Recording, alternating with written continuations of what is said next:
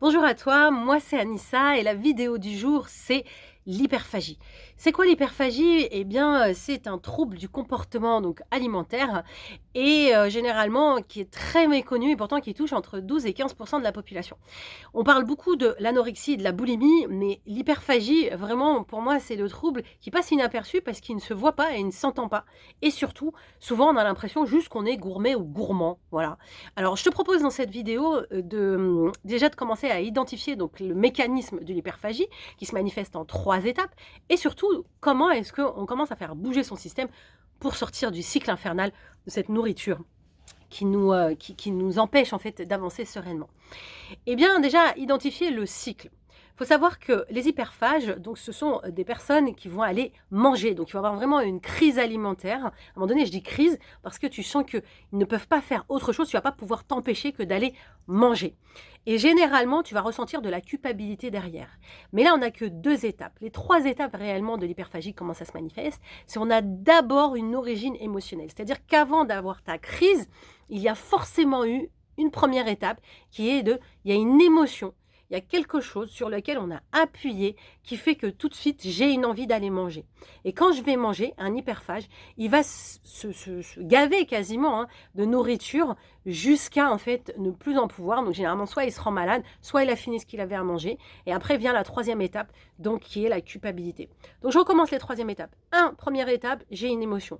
2, je vais aller manifester cette émotion parce que je vais aller me remplir ou je vais aller étouffer ce que je dois étouffer avec de la nourriture. 3, la culpabilité. Eh bien, une fois que tu as identifié ça, ce que je te propose de faire pour commencer à faire bouger ton système, c'est puisque c'est émotionnel, prends un carnet pendant presque une semaine, entre une semaine et 3 semaines, l'idéal c'est 21 jours, commence à noter en fait à quel moment tu as des crises alimentaires, donc l'étape numéro 2. Dès que tu as une crise alimentaire, tu te poses, tu fais ta crise, ça il n'y a pas de souci, mais va voir qu'est-ce qui s'est passé juste avant, entre quelques minutes et plusieurs heures avant. Ça peut être une réflexion, ça peut être un film que tu regardais, ça peut être, voilà, peu importe, tu notes la situation et surtout, tu notes l'émotion en fait qui est liée à cette action, d'accord? Donc par exemple, c'est au moment de sortir et ben, j'étais stressée et puis voilà, il s'est passé ça, ça, ça, ça, ça. Donc tu décris, tu vas voir qu'il y a une émotion qui est toujours liée en fait à l'événement en question. 2, tu vas voir que quand tu vas aller voir ta crise alimentaire, eh ben, les hyperphages, c'est pas n'importe quelle crise alimentaire qu'ils font. Ils vont aller manger des aliments qu'on appelle les aliments doudous. Ces aliments doudous, en fait, ce sont des aliments qui leur font du bien, parce qu'en fait, à travers la nourriture te fait du bien. C'est pour ça que les hyperphages sont un peu coincés dans ce système-là, parce qu'ils mangent des trucs qu'ils adorent. Donc, soit c'est du sucré, soit c'est du gras, peu importe. Je t'invite à noter les aliments que tu manges, parce que tu verras que les aliments peuvent bouger à certains moments parce que tes besoins sont différents. Par exemple, moi, quand j'avais besoin de douceur parce que j'étais divorcée et que j'étais seule, et ben, c'était là où j'ai développé plus mon hyperphagie sucrée, parce que j'avais besoin de sucre. À un autre moment, où là par contre j'étais mariée avec des enfants et j'étais en transition donc professionnelle, je me suis mise à manger beaucoup de gras et surtout du beurre, beaucoup de beurre salé. Et je mangeais ça vraiment de façon très régulière. Quand j'ai fait mes propres recherches, je me suis rendu compte que le beurre, pour moi, dans mon subconscient, c'était lié en fait à l'argent. Donc le beurre, on dit mettre du beurre dans les épinards ou le beurre et l'argent du beurre. Tu vois? Donc tes aliments vont te donner une information en fait sur l'origine, on va dire, de ce qui est de pourquoi est-ce que tu manges cet aliment-là. Et enfin 3, quand tu vas avoir cette crise-là, il va y avoir la culpabilité. Alors pour faire bouger la culpabilité, parce que la culpabilité est un poison et en plus, le fait que tu culpabilises une fois que tu as fini ta crise, et ben là tu vas retomber dans l'émotionnel et donc tu reviens à l'étape numéro 1 et tu auras envie de manger quelques heures plus tard.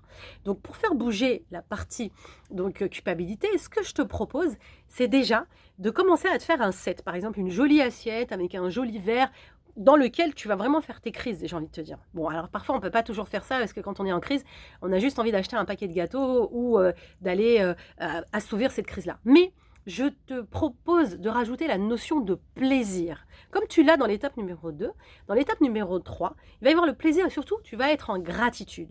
Même si ton cerveau ne comprend pas, commence à dire merci à ces aliments-là. Parce que tu sais que ces aliments-là, ils ne sont pas là pour te pourrir. L'étape numéro 2, elle est là pour que tu puisses aller régler donc l'émotion qui est au départ. Donc la culpabilité, à la fin, t'empêche d'aller libérer ça. Donc je sais que c'est pas simple, mais commence à dire merci à tes aliments. Commence à dire merci à cette crise. Et au fur et à mesure, tu vas voir que ton cerveau, il va pas comprendre et il y a quelque chose qui va bouger dans ton système parce qu'il y aura plus la notion de culpabilité. N'hésite pas à engager aussi tes proches avec toi parce que le problème quand on est hyperphage, c'est qu'on se cache pour manger parce qu'on a honte. Eh bien là, je t'invite à dire à tes proches: «OK, là je suis en train de vivre ça et si vous me voyez à un moment donné faire ma crise, je vais le faire devant vous». Et comme tu commences à le faire devant les autres, tu verras que naturellement, tu auras moins de résistance, tu auras plus de plaisir et tu auras tendance à déjà manger moins. Donc déjà, ça va te créer vraiment, un processus qui va t'apaiser. Une fois que tu as identifié donc et que tu as mis en place ces 3 éléments-là, le changement va commencer à s'opérer une fois que tu vas comprendre quelle est l'émotion de départ dominante. Et là, je ferai une vidéo sur le sujet, où tu peux déjà acheter les livres ou aller regarder des informations sur les 5 blessures qui empêchent d'être soi-même, les 5 blessures de l'âme de Lise Bourbeau. Parce qu'à la base, on a tous donc des émotions qui sont plus ou moins fortes, on n'a pas tous les mêmes, on a tous des blessures et c'est de ces blessures-là, en fait, que découle l'hyperphagie. Donc c'est jamais, en fait, la nourriture le problème. Le problème, c'est l'émotion qui est à la base et en fin de parcours, qu'est-ce qui fait qu'on est dans ce processus-là? Généralement, c'est qu'on est hypersensible et on manque d'estime de soi. On ne s'aime pas assez, donc on se détruit.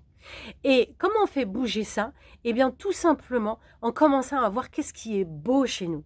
Qu'est-ce qui est beau chez toi? Il y a toujours quelque chose qui est beau chez toi. Et d'autres ils disent: «Ouais, mais moi, il y a personne qui m'aime et cetera tout». Même pas un chat, même pas une plante verte. Il y a pas un petit truc, en fait, où tu es bien dans la vie, où quelqu'un t'aime dans la vie, même pas un voisin, rien du tout. Vous verrez qu'il y a toujours quelqu'un quelque part. Vous le voyez pas parce que votre subconscient veut tellement vous protéger qu'il continue à vous maintenir dans cette émotion forte et à vous réconforter avec la nature. Avec la nourriture, pardon. Donc voilà, donc l'idée, c'est vraiment de commencer à se donner de l'amour à soi. Et je ferai une vidéo sur l'estime de soi pour vous permettre de comprendre comment on fait bouger les choses et comment on commence à s'aimer. Mais déjà, je vous ai donné une petite pépite aujourd'hui. Donc si tu as aimé cette vidéo, n'hésite pas à la liker, à la partager et à t'abonner à la chaîne si ce n'est pas encore fait. Et à me dire un commentaire, vraiment, qu'est-ce que tu ressens, où est-ce que tu en es. Et je ferai des vidéos pour continuer à partager ce sujet qui est cher à mon cœur, parce que c'est quelque chose que j'ai traversé et dont je suis sortie aujourd'hui. Et si tu veux aller un peu plus loin, j'ai créé une école qui s'appelle l'École des Artisanes, qui est spécialement pour les femmes, parce que mon mari a créé l'École des Initiés, qui est spécialement pour les hommes, qui s'appelle Virilité Saine. N'hésite pas, tu as les informations dans la bio, donc c'est lesartisanes.com. Je te souhaite une merveilleuse journée et je t'aime.